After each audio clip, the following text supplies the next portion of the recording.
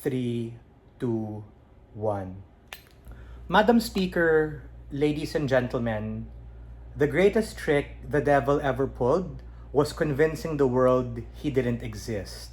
And we think if we create a perverse incentive structure that tells vulnerable minorities that starting a business in an already crowded and concentrated economic business landscape in and of itself is lying to them and is likely going to lead to them taking very risky decisions at the point in which they may not financially be able to recover from, precisely because the economic conditions are not ripe for that opportunity.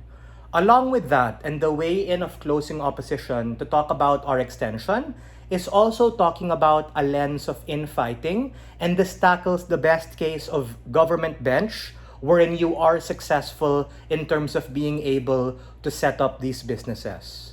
Because like I said in my point of information earlier on in this round, whether you're from Little India, Chinatown, or Little Tokyo, it's not a monolith to be a Chinese, Japanese, or Indian person. I'm sure most of us here from Asia would understand and agree. And that is to say, the point in which you force those minorities who might not yet have an opportunity, because top half and everyone in the debate was also right that some businesses were already started by the pioneers and the heads of the family, you make it more difficult for them to be able to compete and set them up for economic disadvantage.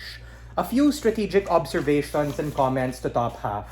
The first is that opening government's case is rather concedable to, and they don't really fulfill their burden to nuance it in terms of what specifically these economic advantages do to them, nor do they prove the converse in terms of why these zoning laws and forms of protectionism are better. I promise we're going to do that on closing opposition. The second is that opening opposition is broadly right, but they're also vague in terms of what these economic advantages particularly do and why they're particularly perverse. Nor is there a defense of the counterfactual of talking about why these protectionist mechanisms are actually better. Let me answer that right now. These protectionist zoning laws are better because even if these people are able to start their particular businesses, you essentially create a huge amount of redundancy for these particular individuals, which snip into the margins of existing businesses and make it harder for them to reach their market. And you also put these people trying to start their businesses on the back foot at the point in which they're already trying to penetrate a particularly crowded space. That is to say, opening government is correct, or opening opposition rather is correct, that they can have particular advantages for the first generation, but as time progresses intergenerationally, this vertical analysis is that it's going to be significantly harder and harder and harder for those particular people to protect that milk tea shop or that herbal tea store at the point in which other players who are also disadvantaged are maybe trying to come in to even replicate the business model and create a huge sense of redundancy for that community and even tourists coming into that area. I'm going to answer a couple of questions on closing opposition. Other responses will be integrated.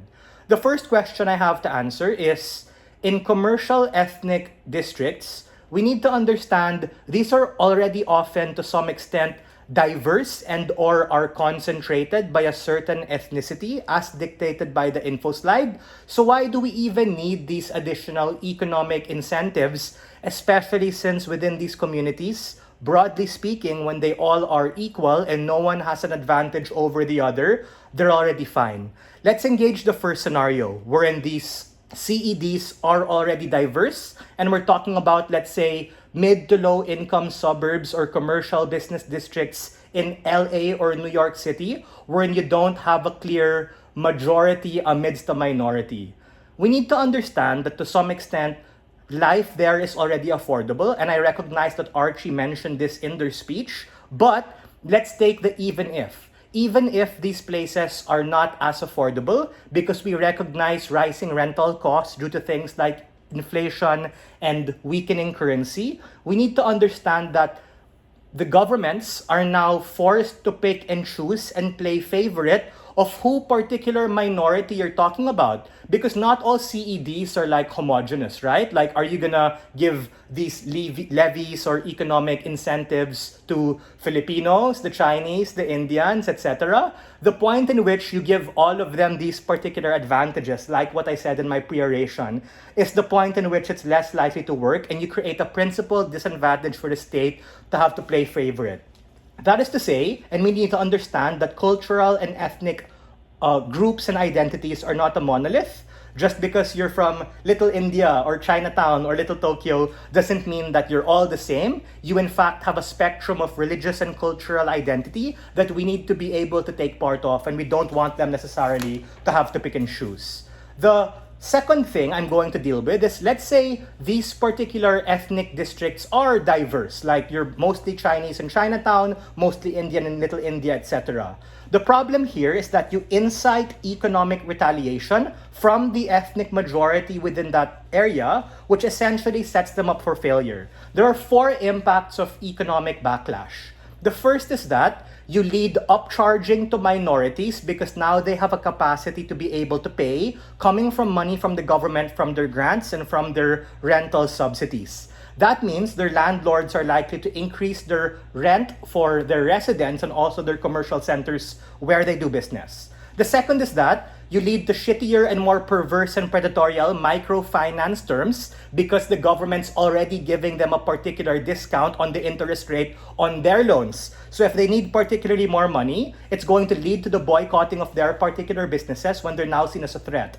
The third is that you essentially force them to likely sell their prices lower in order to be able to compete with those other people. Opening kind of said that, but the harm here is that your margins are going to erode your profitability for your income statement longer and longer, at the point in which these margins are likely to get smaller and smaller. The last is that this is just a terrible idea for the long-term sustainability and economic development for individuals, which ultimately harms them in the process. We're here to protect them and stand on the right side of the house. We are very proud to stand on side negative.